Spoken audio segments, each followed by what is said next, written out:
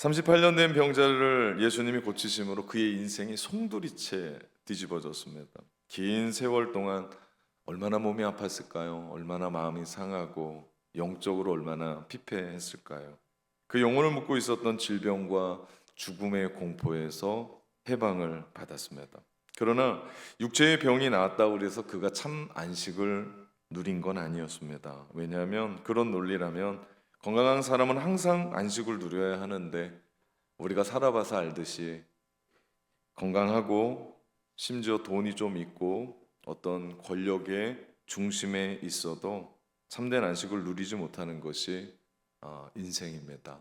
어떻게 보면 그런 것이 있어서 안식을, 쉼을 누리지 못하나라고 생각할 정도로 우리의 삶은 그렇습니다. 그래서 예수님이 그를 성전에서 다시 만났을 때 그에게 당부합니다. 14절, 보라, 내가 나았으니 더 심한 것이 생기지 않게 다시는 죄를 범하지 말라 경고하세요. 예수님의 말씀의 요지는 이겁니다. 참된 안식은 죄의 문제를 극복할 때만 찾아온다라는 겁니다. 여러분, 우리가 죄 짓고는요, 안식을 얻을 수가 없습니다. 우리가 죄 짓고는 진정한 쉼을 얻을 수가 없어요. 그래서 죄는 하나님의 나라를 거부해요. 죄는 하나님의 나라의 가치 혹은 세계관을 무시합니다. 그래서 하나님이 우리 인생을 다스리기보다는 내 욕심이, 내 쾌락이, 나의 소유가, 나의 지식이 나를 다스리고 내가 그것을 더 의지하게끔 해요. 이게 죄입니다. 그 안에는 안식이 없어요. 우리가 예수님 안에 거할 때만 참 안식을 누릴 수 있는 이유가 여기에 있습니다. 예수님을 통해 이 세상의 구원을 얻고 새롭게 창조될 때만이 우리는 진정한 쉼, 하늘이 우리 가운데 주신 진정한 안식을 누릴 수 있게 되는 줄 믿습니다. 이것이 하나님이 세상을 처음 창조하실 때부터 계획하셨고 작정하신 일이에요. 그래서 요한복음에서는 이 쉼과 안식을 영생이라는 단어에 담았습니다. 그런데 유대인들이 그 사실을 몰랐어요. 그래서 하나님이 생명을 살리려고 주셨던 그 안식일에 일하냐 마냐라는 거에만 꽂혀서 38년 된 병자가 그 긴 세월 병에서 자유함을 얻었고 해방함을 얻었는데도 그 꼴을 보지 못하고 오히려 안식을 뺏었었고 오히려 생명을 죽이는 일들로 만들어 왔던 것을 봅니다. 생명의 법으로 주신 것을 유대인들은 하나님의 일을 한다라는 핑계를 대고 차가운 정죄만 남고 너 일했냐 안 했냐라는 것에만 꽂혀서 그가 누군지 어떤 삶을 살았는지는 아무런 상관이 없이 정죄해 버렸습니다. 그래서였을까요? 예수님이 38년 된 병자를 고치신 날이 안식일이었어요. 그러면서 예수님이 17절에 이런 말씀을 하세요. 내 아버지께서 이제까지 일하시니 나도 일한다. 이 말씀은 정말 충격적인 말씀입니다. 이 말을 들은 유대인들이 그러지 않아도 이 신경질이 나는데 이 말을 듣고 경악을 했습니다. 왜냐하면 예수님이 하나님이 나의 친아버지라고 부르기 때문이에요. 자신과 동등선상에 있고 또 아버지의 권한을 이어받은 내가 대리 통치권자다라고 이야기하는 이 이야기에 신성모독이라고 이야기하면서 그들이 예수님을 미워하기 시작했을 뿐만 아니라 예수님을 죽이려고 작정을 합니다. 오늘 본문 말씀은 예수님이 하나님의 아들이라고 하신 그 말씀에 대해서 설명을 하세요. 그러겠죠? 하나님과 그분이 나의 친아버지시고 그분께 위임을 받아서 아버지가 일하시니 나도 일한다라고 얘기했으면 그것이 어떻게 된 일인지에 대해서 설명하는 거 아니겠습니까? 오늘 본문의 말씀은 예수님이 누구신가를 얘기해요. 그러면서 우리가 믿고 있는 우리의 이 신앙을 점검하게 합니다. 내가 진짜 믿고 있나? 내가 믿고 따르는 예수 그리스도는 나에게 어떤 분인지를 우리가 체크하게 합니다. 오늘 이 말씀을 들으면서 나는 어떤 믿음의 소유자고 나는 그 믿음 생활한다고 했는데 잘하고 있는지, 아니면 잘못됐으면 빨리 돌아와서 다시 신앙생활 할 수 있는 일들이 오늘 이 자리에서 일어났으면 좋겠습니다. 오늘 본문의 말씀을 보면 예수님이 자신이 하는 일로 하나님과의 관계를 얘기해요. 아버지께서 일하시니 나도 일한다 라고 그것을 증명이라도 하듯이 그것도 안식일에 38년 된 병자를 고치신 겁니다. 안식일에 38년 된 병자를 고치신 일은 자기가 갑자기 하고 싶어서 너무 불쌍해서 이 사람 고쳐줘야겠다라고 한 것이 아니라 이미 이전에 하나님께서 해오셨던 일이고 아들이 그것을 보아왔었던 일이기에 예수님이 그 일을 그대로 하고 있는 거라고 말씀을 합니다. 사실 하나님께서 시키지도 않은 일들을 유대인들이 하고 있었어요. 아니, 시킨 일은 순종도 하지 않고 있었습니다. 그럼에도 불구하고 유대인들은 나는 하나님의 자녀고 나는 구원은 따놓은 상상이고 구원은 우리부터라고 철석같이 믿었습니다. 그 믿음은 또 뭘까? 지금 예수님은 하나님이 하셨던 그 일들을 보아왔고 지금 그 일, 생명을 살리는 일을 하고 있는데 유대인들은 안식일에 그 일을 했다고 하면서 그건 하나님의 일이 아니다라고 얘기하며 정죄하고 비판하고 코너로 몰 뿐만 아니라 죽이려고 하고 있다라는 거죠. 도대체 그러면 누가 하나님의 일을 하는 걸까요? 왜 세상이 이렇게 뒤죽박죽되고 왜 이렇게 엉망이 되고 진짜를 보지 못하고 진리를 바라보지 못하고 있는 걸까요? 우리가 하나님의 자녀인지 아닌지는 우리가 어떤 대단한 일을 해서가 아니에요. 우리가 누군가에게 칭송을 받고 있는지의 여부도 아닙니다. 우리가 하나님의 자녀인지 아닌지를 바로 볼 수 있는 것은 내가 지금 하나님이 원하시는 일을 하고 있느냐에 있습니다. 내가 하나님이 기뻐하시는 일을 하고 있느냐에 있습니다. 주님이 이 땅 가운데 오셔서 이 땅에서 공평하게 하나님이 일하시는 방식은 정의롭게 사랑으로 섬기며 자기 것 아낌없이 내어 드렸거든요. 그것을 통해서 우리 역시도 주님 따라가면서 성경이 우리 가운데 말씀하신 그대로를 내가 실천하고 살아가고 있다면 그는 하나님의 자녀가 맞고 그는 진짜 믿는 사람인 줄 믿습니다. 교회 나오는 게 아니에요. 오늘 우리가 교회 나오는 이유도 내가 그리스도인이기 때문이 아니라 내가 하나님이 기뻐하시는 그 일을 하기 위해서 내가 충성하고 봉사하고 나의 것들을 나누고 사랑으로 살아가는 건 내가 그래도 목사니까 내가 장로니까 가가 아니고 하나님이 그 일을 너무나 기뻐하시기에 내가 그 일을 행하는 것. 그 사람이 진짜 믿는 거 아니겠습니까? 그 사람이 하나님의 자녀 아니겠습니까? 예수님이 일하시는 원리는 예수님이 독자적으로 독창적으로 그 일을 하시는 것이 아니라 바로 예수님이 하나님께서 일하심을 보셨기에 그 일을 하신다라고 말씀하세요. 19절 말씀입니다. 내가 진실로 진실로 너희에게 이르노니 아들이 아버지께서 하시는 일을 보지 않고는 아무것도 스스로 할 수 없나니 아버지께서 행하시는 그것을 아들도 그와 같이 행하느니라 말씀하세요. 그렇다면 하나님도 하시고 아들이신 예수님도 하시는 일이 뭡니까? 오늘 본문에 보면 두 가지를 얘기해요. 하나는 살리는 일이고 하나는 심판하는 일입니다. 그런데 이 말씀을 뒤에서도 보겠지만 이 이야기는 하나의 일이에요. 21절 22절을 보니까 아버지께서 죽은 자들을 일으켜 살리신 같이 아들도 자기가 원하는 자를 살리느니라. 아버지께서 아무도 심판하지 아니하시고 심판을 다 아들에게 맡기셨으니 말씀합니다. 그러면 왜 하나님께서 아들이신 예수님께 자기의 일을 맡기셨을까요? 그 말씀은 20절의 말씀입니다. 아버지께서 아들을 사랑하사 자기가 행하시는 것을 다 아들에게 보이시고 또 그보다 더 큰 일을 보이사 너희로 놀랍게 여기게 하시리라 말씀합니다. 무슨 얘기입니까? 사랑 때문에. 사랑하기 때문에. 여러분, 우리가 사랑해서 알지만 사랑하면 모든 걸 주고 싶어요. 사랑하면 모든 것을 알려주고 싶어요. 사랑하면 함께 있고 싶어요. 이게 사랑하는 사람의 모습입니다. 오늘 여러분의 모습은 전혀 아니에요. 네, 내가 지금 사랑하고 있나 아닌가? 네, 여러분의 표정은 정말 어렵습니다. 설에 무슨 일 있으셨던 거예요? 네, 이러진 않았는데 좀 이상하네. 네. 영원한 안식일에 참여할 백성, 하나님의 목숨보다 더 사랑하는 사람을 창조하시는 일은 성부 하나님께 아주 멋지고 흥분된 일이었어요. 여러분을 그렇게 만드셨어요. 근데 죄에게 빼앗겼거든요. 사단에게 빼앗겼거든요.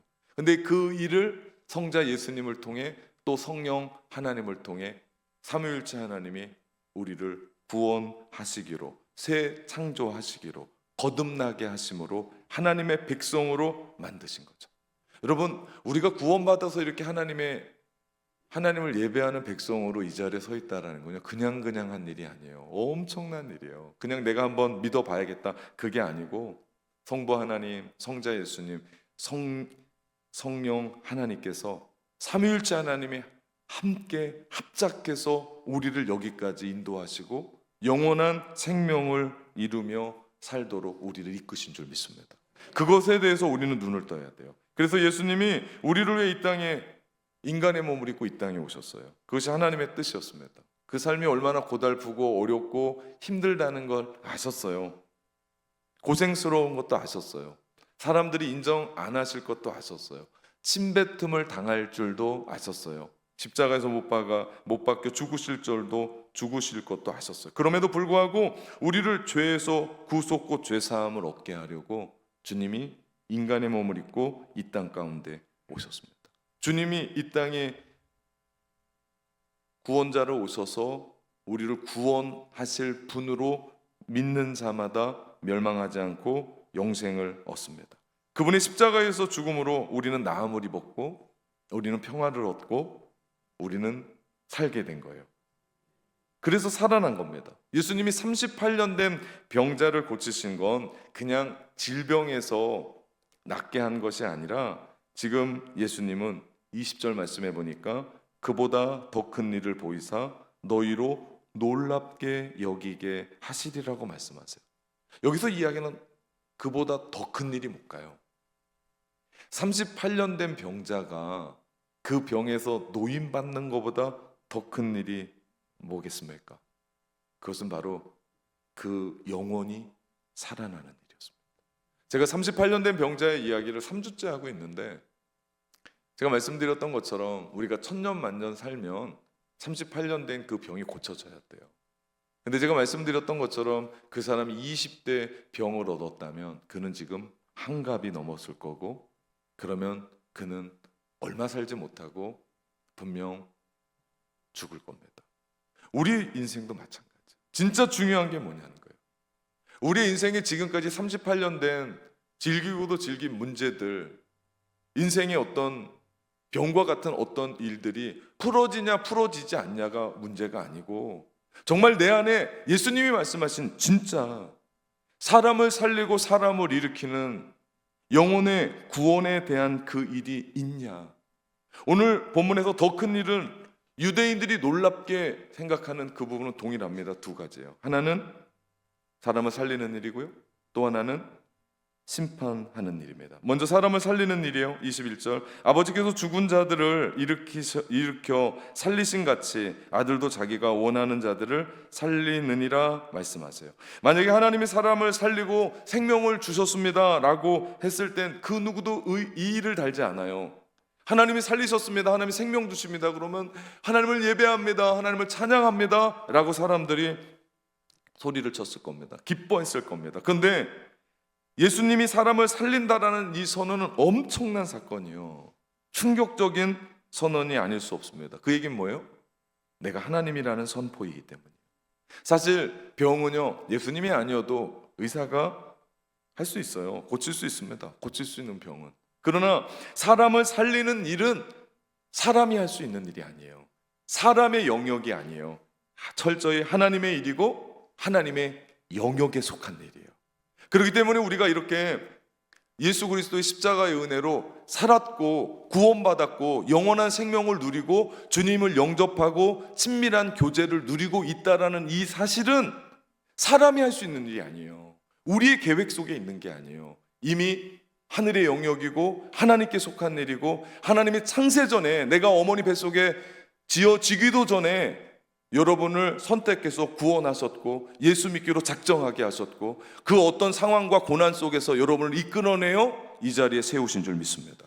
그 영적인 그 일인 것을 눈을 떠야 돼요. 그러면요, 우리가 지금 삶에서 어려움이 있거든요, 몸이 아프거든요, 고난이 있거든요, 문제가 풀리지 않아도 하나님이 나를 사랑하셔서 영원한 것들로 나를 살리셨지, 그것에 눈을 뜨게 되면 지금 내 삶에 몸이 아프고 문제가 있는 그런 모든 것이 아무것도 아니게 돼요. 물론 예수님이 오늘 살리신다라고 하는 이 의미는 이중적인 의미로 쓰여져 있습니다. 유대인들은 분명 육신의 목숨을 살리는 것으로 이야기하겠지만, 우리가 요한복음을 통해서 알듯이 예수님은 우리에게 주시고자 한 것이 있어요. 그것이 바로 영생입니다. 영원한 생명. 우리가 이것에 대해서 눈을 떠야 돼요. 그런데 예수님이 누구를 살린다라고 오늘 본문에서 얘기합니까? 21절 다시 보면요, 자기가 원하는 자들을 살리느니라 말씀하세요. 누구를 살릴지를 철저히 아들이신 예수님 뜻에 달려 있다라는 뜻입니다. 이 때문에 38년 된 병자를 고칠 때, 우린 다른 복음서에서 병자를 고칠 때랑은 건 좀 다른 것을 보았을 거예요. 예수님이 너 믿음이 있냐? 믿음이 있는 것을 보시고 그 안에 믿는 것을 보시고 고쳐주셨는데, 38년 된 병자는 그런 반응이 나오지 않아요. 왜 그래요? 주님이 살릴 자를 선택하신 거예요. 그냥 내 자리를 들고 걸어가라 말씀하셨어요. 가만 보면 예수님이 요한복음을 읽어가면서 나왔던 제자였던 나다나엘, 3장의 니고데모, 4장의 수가성 사마리아 여인, 가만 보니까 인내를 가지고 끝까지 그들을 상대해 주셨어요. 처음엔 그들이 오해했습니다. 들으려고 하지 않았어요. 그러나 예수님은 인내를 가지고 그들을 대해 주셨고, 그러자 기회를 얻었고 그들이 결국엔 믿게 되었습니다. 우리도 마찬가지 아닙니까? 우리도 처음부터 내가 다 알아서 혹은 구원의 필요성을 느끼고 주님이 필요합니다, 내 안에 오십시오, 내가 한번 믿어 볼랍니다, 이 자리에 온 사람은 아무도 없어요. 우리도 처음엔 거부했습니다. 처음엔 비아냥거렸어요. 무시했습니다. 그러나 주님의 인내가, 주님의 그 큰 오래 참음의 사랑이 우리를 살리신 겁니다. 손 내미셨어요. 먼저 찾아와 주셨어요. 사랑해 주셨습니다. 그 긴 시간을 참고 지금도 참고 계세요. 여러분, 그것이 뭡니까? 십자가 아닙니까? 우리가 그런 사랑을 받고 그 은혜에 감복해서 우리는 이렇게 주일이면 이 자리에 나와서 하나님을 예배합니다. 왜 그래요? 살아있기 때문에, 영원한 생명을 누리고 있고 주님과의 깊은 교제 가운데 있기 때문에. 그렇다면 우리도 또 누군가를 찾아가야 돼요. 왜? 나도 그런 과분한 사랑을 받았습니다. 그래서 나는 죽음에서 살리심을 당한 거예요. 우리도 살아있는 자로 누구를 살려야 돼요. 이것이 뭡니까? 도전 400에 800, 사랑의 실천이에요. 우리는 저 포스터를 보면서 뭐라고 얘기해야 돼요? 사랑의 실천, 한 영혼의 소중함.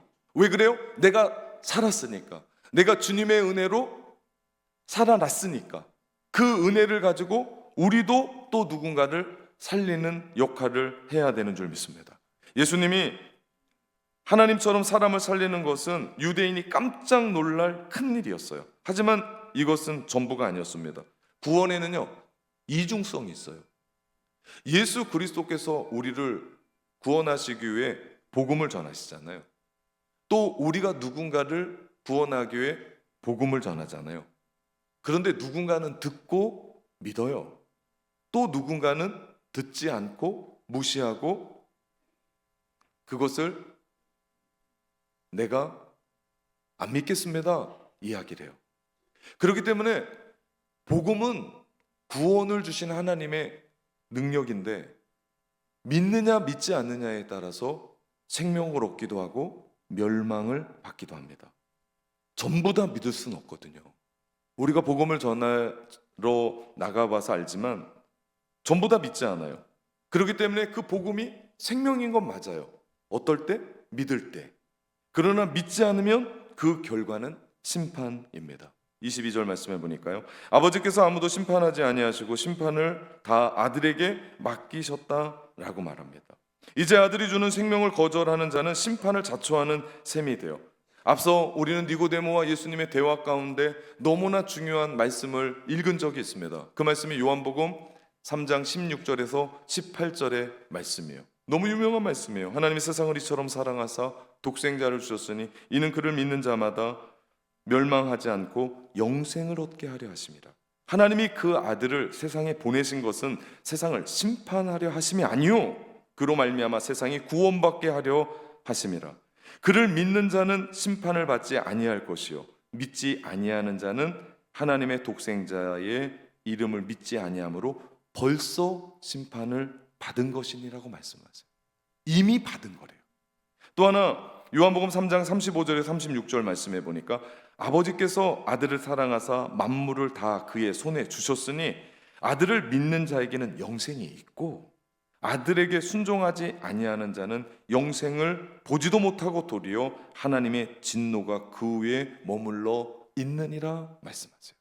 요한복음 3장 18절에 벌써 심판을 받았다라고 말씀하시고 요한복음 3장 36절에 하나님의 진노가 그 위에 머물러 있다라고 하는 이 표현을 볼 때 우리가 예수 믿지 않는다라고 하는 이 부분에 있어서 우리가 코끝에서 호흡이 끝나 죽을 때 심판받는 게 아니라 이미 심판이라는 거예요.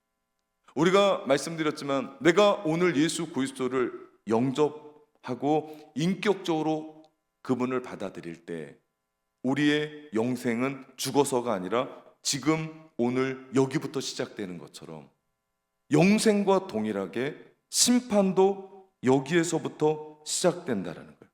그래서 사는 것이 죽겠는 거예요. 살아도 의미가 없는 거예요.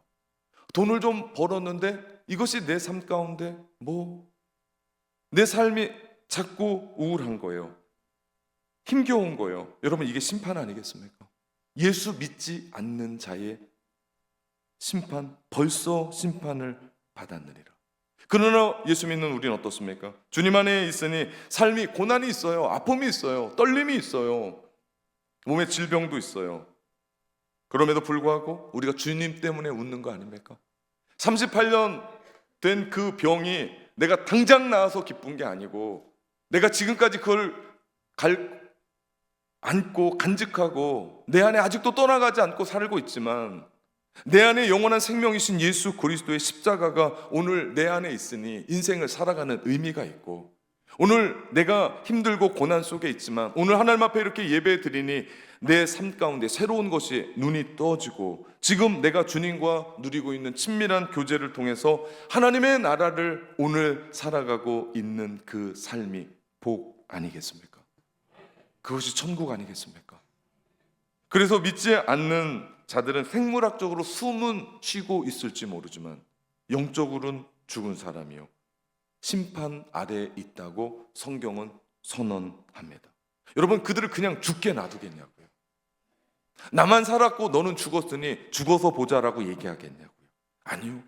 우리가 깨어서 함께 기도하며 그들을 구출하는 작전을 해야 되지 않을까요? 그것이 도전 400의 800의 이야기고 우리가 주 예수를 믿음으로 말미암아 사단을 향해 영적으로 거침없는 도전을 하는 거예요. 그들이 붙잡고 있는 그 한 영혼을 죽어가는 그 한 영혼을 산 자리로 살리는 그 역할을 하나님이 우리 교회에게 저와 여러분에게 맡겨주신 줄 믿습니다.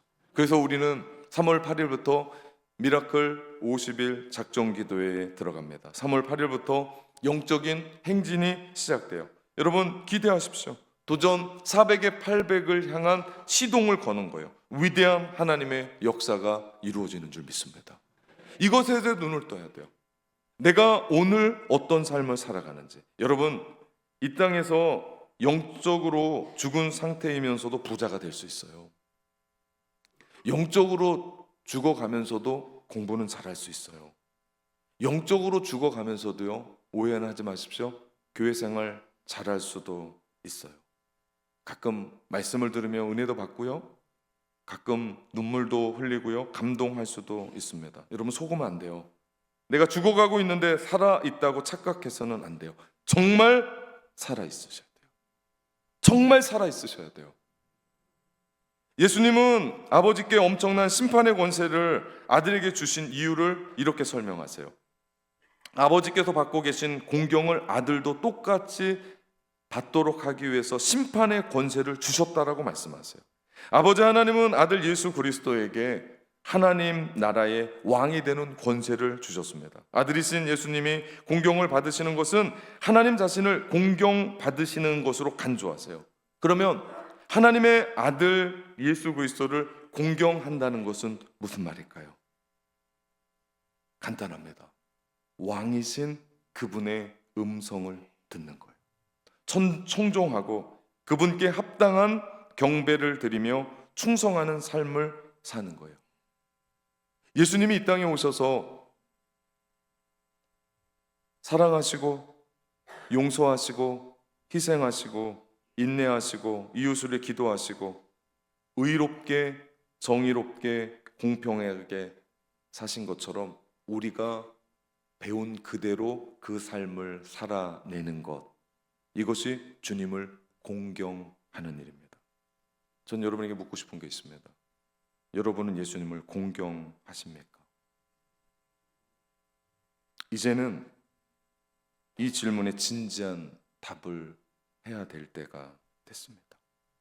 신앙생활, 교회 다니는 것만으로 만족하지 말고 내가 교회 다니면서 어떤 지위를 얻고 어떤 직분을 받는 것으로 만족하지 말고 진정으로 그분을 공경해야 돼요.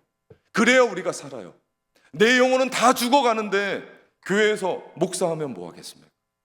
교회는 다 죽어가는데 내 영혼은 피폐해 가는데 내가 교회에서 화려한 어떤 일을 하면 어떻게 하겠습니까?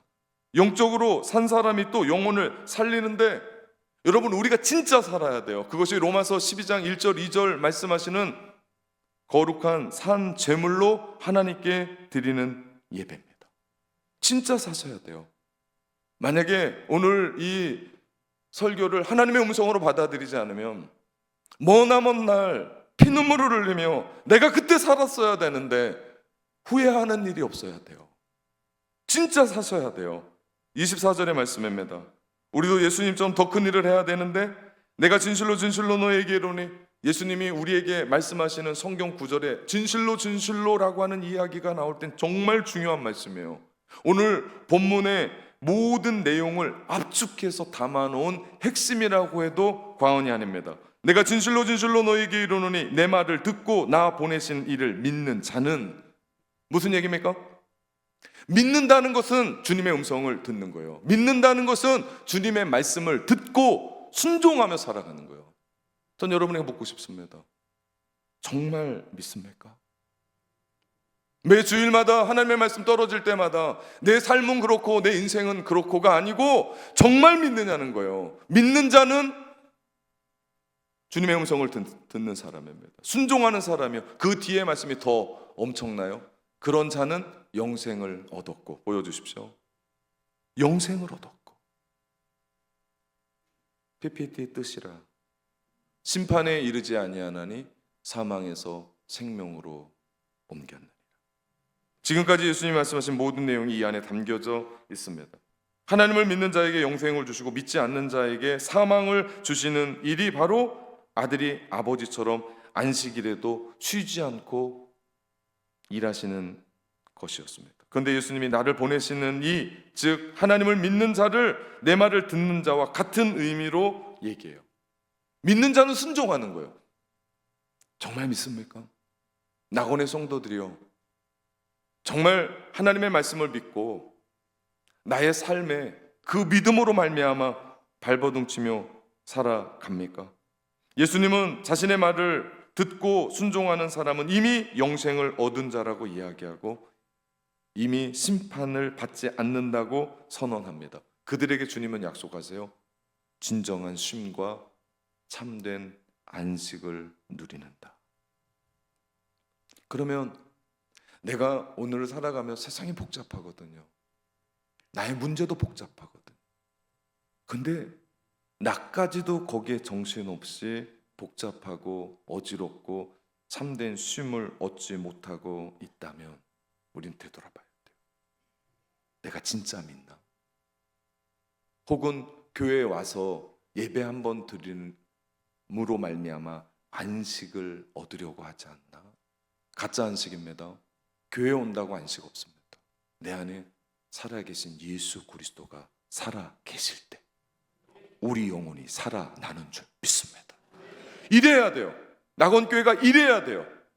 그래야 우리는 하나님의 나라의 현장을 살아갑니다. 그러지 않고는 우리 안에 참된 쉼이 있을 수가 없어요. 살았으니 살리는 거예요.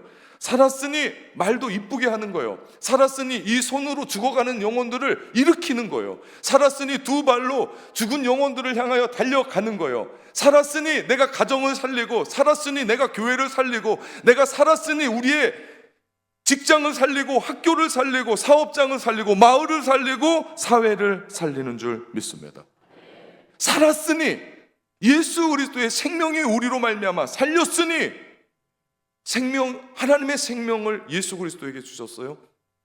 믿는 자들에게 예수의 생명이 우리 가운데 있고, 우리가 살리는 일들을 하게 되며 우리가 충성하거든요, 봉사하거든요, 예배드리거든요. 그런데 그때마다 하늘로부터 우리 가운데 부어주신 쉼을 얻게 되고 안식을 얻게 되는 줄 믿습니다.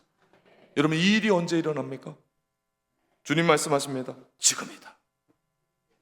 오늘이 지금이에요. 오늘 말씀 25절입니다. 진실로 진실로 너희에게 이르노니 죽은 자들이 하나님의 아들의 음성을 들을 때가 오나니 곧 이때라. 오늘 이 시간에 운명이 갈라져요. 내 마음 문을 열고 하나님의 말씀을 내 안에 받아들일 때, 인격적으로 그 주님과 교제하기를 시작할 때 우리에게 죽어서 시작되는 영생이 아니라 오늘부터 우리의 삶에는 주님과 교제하는 아름다운 영원한 생명인 영생이 시작되는 줄 믿습니다.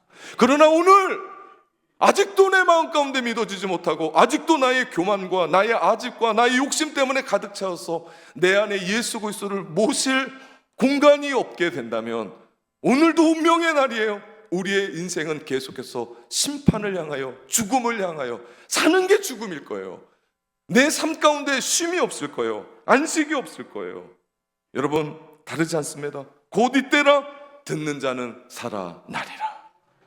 이런 은혜가 낙원교회 안에, 낙원교회 성도들 안에 일어나기를 주님의 이름으로 축원합니다.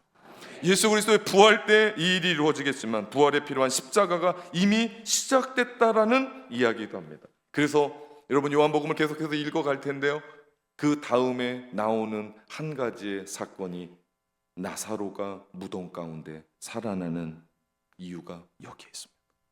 예수님은 이미 24절에서 지금 생명과 심판이 시작되었고 충분히 말씀하셨는데 주님이 말씀하세요.